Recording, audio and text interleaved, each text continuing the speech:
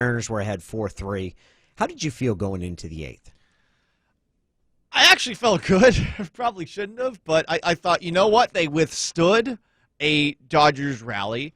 They got past Mookie Betts. When Betts was at bat, I was terrified, especially with how long that at-bat played out. And I just couldn't help but think, like, I can't believe the Red Sox traded this guy. What a bunch of morons. And they got him out, and I thought, you know what? All right, you just got through the heart of the order. You're probably going to run into some issues, but you can hold the Dodgers runless for another 2 innings, right? But I did not feel like the run support was going to come. I felt like with Mitch Haniger getting 2 home runs, I found myself when the Mariners were trying to get that rally late. I was like, okay, well, so Haniger, best case scenario, he gets a home run, but what happens after that? That's the problem right now. I mean, this lineup just does not have a lot of pop. No, it doesn't. Their home runs have been about average. They're just not getting on base, and that is tied largely to the bottom part of the lineup. Rafael Montero came in the eighth, and I know that people have criticized him. We've looked at the bullpen management and how they were used. I'm not sure about Kendall Graveman in the seventh. I could see the argument for bringing him in to bail Yusei Kikuchi out when you had 2 runners on and 1 out. He's coming up. The top of the order is coming up. I could see the argument for putting Graveman in there. He also hasn't pitched since Friday, so there might be something going on there. I don't see anything differently that Scott Service could have done in the eighth.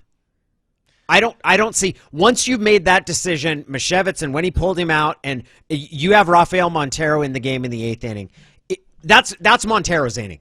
That is Montero's inning 100%. Wait, well, when do you pull the plug? Because, I mean, yeah, he had the 2 outs to open things up, but then he allows a single, and then 0-2 count, he hits a batter. Is that a spot where you pull him out? Is that a spot where you consider pulling him out? Is that a spot where you get somebody up at the very least to get loose? I don't know if it would have affected anything because the 3-run homer came right after that.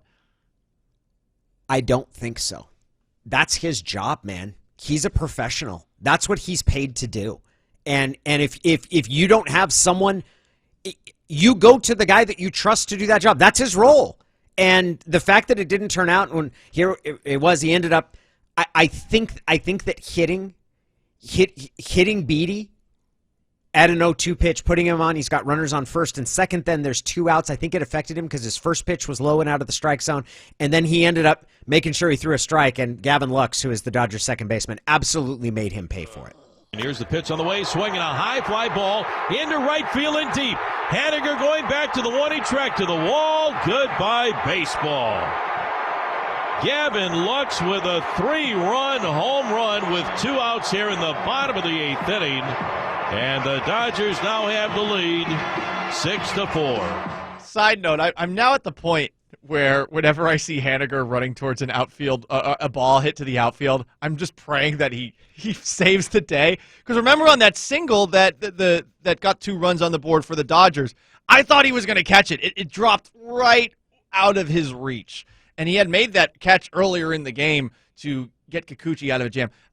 Yeah, I thought for sure that he was going to be able to make the catch there. Yeah, that was crushed. He needed a ladder to get up to that one. The home run was absolutely crushed. Killed it. At that point, I look at it and I'm like, that's on Montero. I don't know what else you expect Service to do in that situation.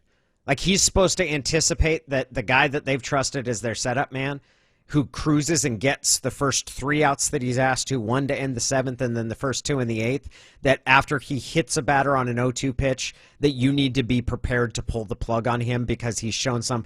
I don't think that's a reasonable expectation of bullpen management. You have that guy has to be able to do his job. And while I think it's fair to wonder if Graveman or why Graveman wasn't used in a different spot, I think that's a fair question to ask.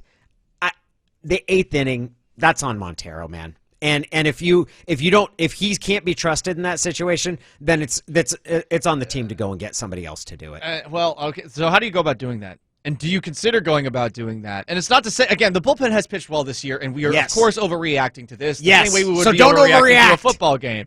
But you are saying, all right, if you don't have a guy who can consistently do that. Look, whatever we feel about Montero, who I think we both agree is not that bad, at the same time, he has experienced enough rough spots this year, rough moments, where I know that for the average person tuning into a Mariners game, you're not feeling very at ease when he's on the hill.